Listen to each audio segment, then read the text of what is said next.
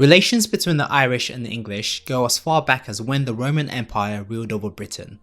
St. Patrick, a Christian bishop from Britain, was one of the more notable missionaries who brought the Christian faith to Ireland in the 5th century towards the end of the Roman rule. Prior to this, the Irish, like many in the British Isles, worshipped pagan Celtic gods.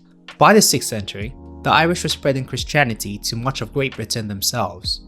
Fast forward to the 12th century and the aftermath of the Norman conquest, which we won't go into as we're not really trying to rehash the history of England today.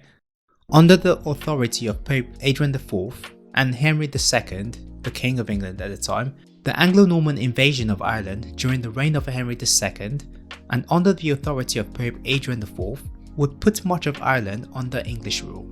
It would take another 500 years for England to gain full control of Ireland with the Tudor conquest in 1536. One of the most pivotal moments in the relationship between England and Ireland came in about the 16th century during the Reformation. Initially instituted under Henry VIII, the Reformation would lead to the establishment of the Protestant Church of England. The main motivation for this was political, to facilitate his divorce from his first wife, Catherine of Aragon. Under Elizabeth I, the Reformation would spread through much of England and Wales, but not to Ireland, which would remain mostly Catholic. English and Scottish settlers in the north of Ireland would colonise the region, taking land from the native Irish population in what was called the Plantation of Ulster. This would lead to the formation of a Protestant community in Northern Ireland. By the 17th century, outbreaks of violence took place in opposition to English rule, which imposed discriminatory laws against the Catholics. Most notable of these were the penal laws. Catholics were barred from holding office, from sitting in parliament, and from voting in parliamentary elections, thus excluding them from having any political power. This would lead to massacres carried out by both sides, with Catholics killing Protestants and the English and Scottish troops carrying out massacres of their own. But as you know, it wouldn't be the last time that violence would break out in the region. By the end of the 17th century, much of the political power lay in the hands of the Protestants, despite only making up less than a fifth of the Irish population. In 1800, the Act of Union was passed by the Irish Parliament and the Parliament of Great Britain, uniting England, Wales, Ireland and Scotland, and created the United Kingdom of Great Britain and Ireland. By doing this, Ireland would be directly ruled by Westminster, and the Irish Parliament was essentially voting for its own abolition. This was not too surprising, given that the Irish Parliament was dominated by Unionist Protestants.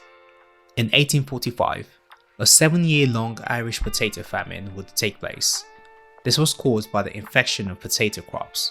The famine was exacerbated by inadequate British policy. Their policy took a laissez-faire approach, hoping that the free market would end the famine. At the same time, the British government would continue to export large quantities of food from Ireland. More than 1 million people would die as a result of the famine, and many more would flee abroad to cities in the United States and in Great Britain. The mishandling of the crisis would increase anti-British sentiment, especially in the South, where the famine hit the hardest, with many blaming its severity on the policies of the British colonial government. So, on the one hand, you have the predominantly Catholic majority of Ireland who wanted country independence from British rule. They had nationalist leanings and consisted of mostly Irish natives supporting Home Rule. On the other hand, you have a Protestant population who held most of the political power and were Unionist. These people were often of Anglo-Scottish or Scottish-Irish ancestry. And while this is a simplification that shows only two sides of the conflict, it's a good starting point in elaborating on subsequent events which often had multiple political parties representing both sides. At this point, the conflict had become more about national identity and the attainment of sovereignty as opposed to religious ideologies. By the late 19th century, the first two Home Rule bills were killed by the Unionists in 1886 and 1893 respectively. The third would be passed in 1914, but the outbreak of the First World War would put it on hold indefinitely. During the intervening period between the third and fourth Home Rule bills, whilst Britain was still at war, an armed insurrection known as the Easter Rising took place in April 1916. Planned by Irish Republicans opposed to British rule in Ireland, the uprising was carried out by militant organisations such as the Irish Republican Brotherhood. While martial law was declared across Ireland, brutal street fighting would take place in Dublin over the 6 days of the uprising. This was eventually crushed by the British Army. In all, over 400 people were killed, with many more injured. About 1,500 Republicans were sent to internment camps and 16 of its leaders executed. Whilst rebels initially did not have the support of the people, the British response was deemed to be heavy-handed and increased support for the Republican political party, Sinn Féin. Sinn Féin would go on to win a majority of Irish seats in the 1918 general election in the Parliament of the United Kingdom. Its members would form its own government and declare Irish independence the following year. By 1919, the Irish Republican Army had grown increasingly militant, ambushing British officers. British officers would carry out their own reprisals in what was the Irish War of Independence. Eventually, the Fourth Home Rule Bill, known as the Government of Ireland Act 1920, was passed. It would partition Ireland into two jurisdictions, Northern Ireland with a majority Protestant population, and also the Republic of Ireland with its Catholic majority.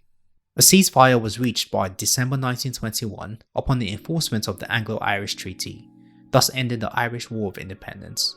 As a result of the treaty, Northern Ireland would opt to remain part of the UK, and by 1922, Ireland would leave, forming the Irish Free State.